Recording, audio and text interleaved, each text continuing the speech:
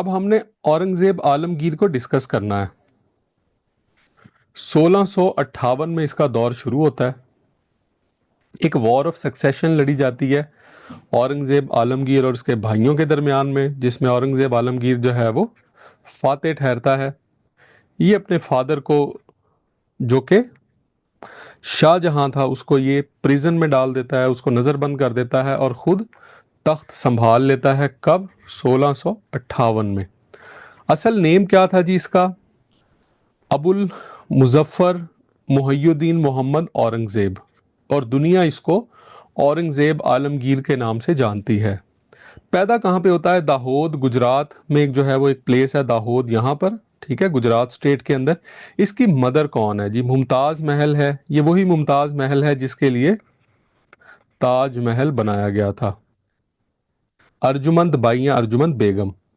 1707 में इसकी डेथ होती है। कीप इट इन माइंड कि ग्रेट मुगल्स में से ही इज द लास्ट, ठीक है, ग्रेट मुगल्स मुगल्स में से ये कौन है? ये लास्ट वन है, छठा है ये। इसके बाद फिर ग्रेट मुगल्स खत्म हो गए, फिर लेटर मुगल्स ही रह गए। अहमदनगर दक्कन में जो है वो इसकी डेथ होती है, ठीक है, साउथ इंडिया में। और 49 ईयर्स इसने रूल किया। एज इसकी थी 90 साल जब इसकी डेथ होती है। इसकी रेस्ट प्लेस कौन सी है? खुलदाबाद में जो है वो ये दफन है। ये महाराष्ट्र स्टेट है उसके अंदर, इंडिया के अंदर, वहां पर ये वाकया है। Gained throne after war of succession, ठीक है जी, वॉर ऑफ सक्सेशन होती है इसके और इसके भाइयों के दरमियान में। दारश शिकोह को ये शिकस्त देता है at the battle of Samugarh. ये बैटल ऑफ सामूगढ़ के बारे में सवाल पूछ लिया जाता है कि ये कब हुई? 1658 में। किस किस के दरमियान में हुई? औरंगजेब वर्सेस दारा शिकोह।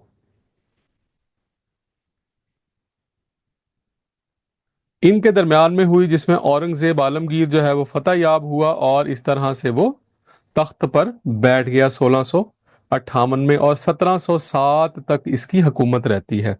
अब ये जो ग्रेटर मुगल्स हैं ये 1707 तक रहे। अब आप अंदाजा करें कि इस वक्त जो है वो मुगल दौर जो है वो अपने पीक पर था। सबसे ज्यादा रियासतें इनके पास थी। मोस्ट ऑफ द इंडिया जो है उसको इन्होंने ऑक्युपाई कर लिया था, कंसोलिडेट कर लिया था। अब आप ये देखेंगे 1707 से लेके 1764 तक जो है वो ये हो जाता है कि मुगल जो है वो इस तकरीबन ये 50-55 साल के इस इरा के अंदर मुगल अपना सारे का सारा जो रूल है वो लूज कर देंगे, और आहिस्ता आहिस्ता रियासतें जो है वो इनके हाथ से निकलती जाएंगी। और 1764 में मैं अभी आपको दिखाऊंगा, या शायद हम नेक्स्ट लेक्चर में देखेंगे, तो उसमें एक बहुत ही छोटा सा एरिया है जो कि मुगलों के पास रह जाता है, बाकी सारे का सारा एरिया इनके कंट्रोल से निकल जाएगा। तो 1707 में जो है मुगल रूल जो है वो अपने पीक पर था। सबसे ज्यादा उस वक्त इनके पास जो है वो रियासतें मौजूद थी, या कंसोलिडेशन सबसे ज्यादा थी उस वक्त। अब इसके दौर में इंपॉर्टेंट इवेंट्स कौन कौन से होते हैं इनको भी देख लेते हैं जी। सतनामी रिवॉल्ट होता है जी, ठीक है, 1672 में। ये किसानों की तरफ से जो है वो किया जाता है। इसको पीजेंट रिवॉल्ट कहते हैं, किसानों की तरफ से, ठीक है। ये किसके खिलाफ किया गया? उसके बाद सिख रिवॉल्ट होता है, जब ये गुरु तेज बहादुर को जो है ये कत्ल कर देता है, ठीक है, एग्जीक्यूट करता है ये भी। तो उसकी तरह, उसकी वजह से क्या करते हैं, सिख जो है वो भी रिवॉल्ट कर देते हैं। देन अफरीदी रिवॉल्ट होता है, ये केपीके वाली साइड पे होता है, क्योंकि केपीके भी इनके अंडर था, ठीक है। अफरीदी रिवॉल्ट, वहां तो अफरीदी ट्राइब जो है, अफरीदी कबीला, वो एमल खान की क़यादत में, एमल खान 1670 के दौरान जो है वो इन्होंने काफी सारा जो है वो यहाँ पर काफी बार रिवॉल्ट किया। उसके बाद है जी मराठा रिवॉल्ट। इसको, इनके लीडर थे शिवजी, तो इनको मरहट्टा भी कहा जाता है तारीख में, और मराठास भी कहा जाता है। 1680 में इन्होंने रिवॉल्ट किया। और जाट्स ऑफ मठूरा रिवॉल्ट। मठूरा जो है वो यूपी के अंदर एक डिस्ट्रिक्ट है, यूपी में मठूरा डिस्ट्रिक्ट है। 1669-70 में जो है वो यहाँ पे रिवॉल्ट होता है। अच्छा बच्चों, एक चीज जहन में रखिएगा, रिवॉल्ट कब ज्यादा होते हैं? जब स्टेट की रिट जो है वो कमजोर पड़ जाती है, तब रिवॉल्ट्स होते हैं। तो इसका मतलब ये है कि औरंगजेब आलमगीर के दौर में इनकी जो रिट है वो वीक होना शुरू हो गई थी, इनका कंट्रोल जो है वो वीक होना शुरू हो गया। इसी वजह से जो है वो इस दौर में इतने मेजर रिवॉल्ट्स हुए और बड़ी मुश्किल से जो है वो इन्होंने मैनेज किया, अपनी हुकूमत को बचाया, लेकिन आखिर कब तक? इन सारी चीज़ों से British east India company, French east India company, Portuguese east India company और डच ईस्ट इंडिया कंपनी, ये सारी की सारी कंपनीज जो हैं वो यहाँ मौजूद थीं और वो इन हालात से बाखबर भी थीं। कौन कौन सी थी जी? ब्रिटिश की ईस्ट इंडिया कंपनी मौजूद थी, डच की, फ्रेंच, ब्रिटिश, डच, फ्रेंच और पुर्तगीज, ये सारी की सारी ईस्ट इंडिया कंपनीज जो हैं वो यहाँ पर मौजूद थी और ये इस इंतज़ार में बैठे हुए थे कि कब इनका कंट्रोल लूज हो और कब वो आके हुकूमत पे काबज हो। French establish their first trade factory at Surat. Surat एक जगह थी गुजरात के अंदर, गुजरात स्टेट है इनकी। 1668 में इन्होंने अपनी पहली फैक्ट्री लगाई औरंगजेब के टेन्योर में, यानी ये लोग भी आ गए जब इन्होंने देखा कि ब्रिटिश ईस्ट इंडिया कंपनी और पुर्तगीज जो है वो यहाँ पर मौजूद हैं, ट्रेड भी कर रहे हैं, फैक्ट्रीज भी लगा रहे हैं, तो वाई नॉट अस। तो इन्होंने भी जो है वो अप्रूवल लिया और अपनी फैक्ट्रीज इस्टेब्लिश करना शुरू कर दी। अच्छा जी, इंपॉर्टेंट माइलस्टोन्स या इंपॉर्टेंट डेवलपमेंट्स कौन कौन सी हैं जो इस दौर में हुई? इसने क्या किया? जिजिया को रिपोज कर दिया। जिजिया को, जिजिया जो है जो कि टैक्स था एक, जो कि गैर मुस्लिमों पर लगाया जाता था, ऐसे गैर मुस्लिम जो कि आज़ाद हैं, गुलामों पर नहीं, आज़ाद लोगों पर टैक्स लगाया जाता था, उसको जिजिया कहा जाता था। तो अकबर के दौर में जो है इसको ख़त्म कर दिया गया था, लेकिन औरंगज़ेब आलमगीर ने इसको दोबारा रिपोज कर दिया क्योंकि ये गवर्नमेंट की इनकम का एक ज़रिया था। चूंकि ये एक रिलीजियस पर्सन था, इसलिए इसने बादशाही मॉस्क लाहौर जो है वो भी तामीर कराई। फिर इसने चुबुर्जी तामीर करवाया। चुबुर्जी जो है वो चार मीनार जो है वो आजकल इसके सिर्फ मौजूद है, ठीक है, चार मीनार इस तरह से। तो उस ज़माने में जो है वो क्या था, ये चार मीनारों का वो सिर्फ गेट था और उसके आगे जो है वो एक बहुत बड़ा ग्राउंड था, ठीक है। यहाँ से चार मीनार से गुजर के, चार मीनारों वाला गेट था, वहाँ से गुजर के लोग इसमें एंटर होते थे। अब जो है वो सिर्फ चार मीनार ही मौजूद हैं, ये सारे का सारा ग्राउंड जो है ये ख़त्म हो चुका है। तो ये शहजादी मेहरुन्निसा थी इसकी बेटी, उसके लिए बनाया था। इसके बाद इसको सेंट रूलर भी कहा जाता है, सूफी रूलर भी कहा जाता है, यानी मजहबी इंसान था। फतवा आलमगीरिया और रुक्कात आलमगीरिया। फतवा आलमगीरिया जो है वो इसकी किताब है जिसमें मुख्तलिफ जो हैं वो स्टेट के अफेयर्स हैं, इकनॉमिक अफेयर्स के बारे में इसने लिखा। और रुक्कात आलमगीरिया जो है वो इसके खतूत हैं, लेटर्स हैं जो इसने मुख्तलिफ औकात में मुख्तलिफ लोगों को लिखे।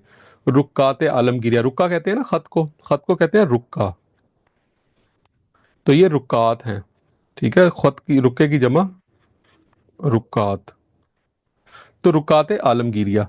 तो ये कुछ इंपॉर्टेंट डेवलपमेंट्स थी जो कि औरंगजेब आलमगीर के दौर में हुई। अब बच्चों, लेटर मुगल्स कौन कौन से थे? सातवां जो बादशाह है वो आजम शाह है, फिर बहादुर शाह वन आता है। ये बहादुर शाह वो वाला नहीं है जिसको रंगून में जाके कैद किया गया था, ये बहादुर शाह वन है। वो बहादुर शाह टू था, वो ये वाला था।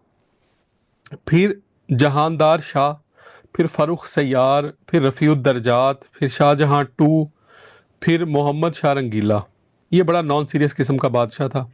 उसके बाद अहमद शाह बहादुर, फिर आलमगीर टू आता है, फिर शाहजहां थ्री आता है, फिर शाह आलम वन आता है, फिर शाहजहां फोर आता है, फिर शाह आलम टू आता है, फिर अकबर शाह टू आता है और फिर इसके बाद बहादुर शाह जफ़र आ जाता है, ठीक है। और इसके बाद क्या होता है, 1857 की जो है वो वॉर होती है, जंग आज़ादी जिसको कहते हैं। और इसके बाद क्या होता है कि सारे का सारा इंडिया या सब कॉन्टिनेंट किसके पास चला जाता है? ब्रिटिश के पास। तो ये था एक मुख्तसर सा तारुफ। इनको सारे के नाम याद करने की ज़रूरत नहीं है, एक दो बार पढ़ लीजिएगा आपको, लेकिन ये पता होना चाहिए कि कोई फ़र्रुख सैयार का नाम ले तो आपको ये पता हो कि हाँ ये मुग़ल बादशाह था। रफ़ीउद्दरजात का नाम ले तो आपको पता हो कि हाँ ये मुग़ल बादशाह था। शाहजहां का नाम ले, आपको पता था कि शाहजहां एक नहीं था, शाहजहां चार थे, ठीक है। तो शाहजहां अव्वल, दोम, सोम और चहारम। उसके बाद मोहम्मद शाह रंगीला है जी, आलमगीर है। तो ये सारों के नाम जो है वो आपने देख लेने हैं। बस आपको ये पता होना चाहिए कि ये लेटर मुगल्स थे, इनके बारे में सवालात नहीं पूछे जाते। अब मुगल दौर में कुछ ऑर्गेनाइजेशंस या कुछ डेजिग्नेशंस थे जो कि अपनी एडमिनिस्ट्रेशन के लिए इन्होंने बनाए हुए थे। उस ज़माने में काजी किसे कहा जाता था? काजी, काजी जो है वो जुडिशल ऑफिसर होता था या फिर जज होता था। आजकल के दौर में इसे जज कहा जाता है, उस ज़माने में ये जुडिशल ऑफिसर होता था। फौजदार या कोतवाल किसे कहते थे? पुलिस ऑफिसर को कहा जाता था फौजदार या कोतवाल। मीर बख्शी किसे कहते थे? ये मिलिट्री रिक्रूटर होता था मीर बख्शी, और इसका क्या काम होता था? इसने फौजियों को रिक्रूट करना होता था, ठीक है, फौजी भर्ती। इसके बाद कानून गो होता था, एग्री रिकॉर्ड जो है वो उसको ये मैनेज करता था, एग्री रिकॉर्ड होल्डर। जैसे आजकल के दौर में तहसीलदार, वैसे आजकल भी कानून गो मौजूद होते हैं, ठीक है, तहसीलदार या पटवारी वगैरह होते हैं, इस तरह आजकल कानून गो अभी भी स्टिल मौजूद है। उसके बाद सूबेदार जो है वो गवर्नर को कहा जाता था, ठीक है, ये गवर्नर जो है वो सूबे के अंदर स्टेट का रिप्रेजेंटेटिव होता था, और दीवान जो है वो फाइनेंस मिनिस्टर को कहते थे। तो ये कुछ ऑर्गेनाइजेशंस या कुछ डेजिग्नेशंस थे जो कि स्टेट को एडमिनिस्टर करने के लिए मुगलों ने बनाए हुए थे।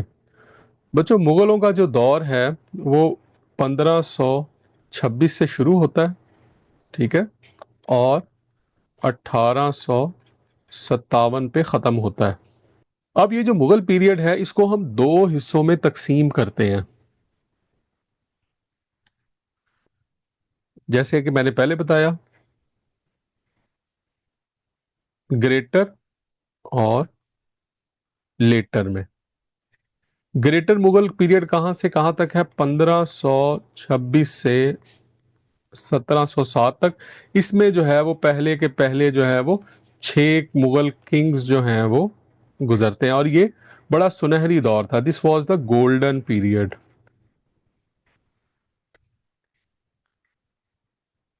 उसके बाद ये जो लेटर मुगल्स थे ये 1707 में ये स्टार्ट होते हैं। ये जो प्रीवियस पेज पे आपने देखे, ये भाई साहब आजम शाह और इससे आगे जितने भी हैं ये सारे इनकॉम्पिटेंट रूलर्स थे। ये 1707 में शुरू होते हैं और कहाँ तक चलते हैं? 1857 तक, यानी टिल ये बहादुर शाह जफर तक। और इसके बाद जो हुकूमत है सारी की सारी वो किसके पास चली जाती है? वो ब्रिटिशर्स के पास चली जाती है।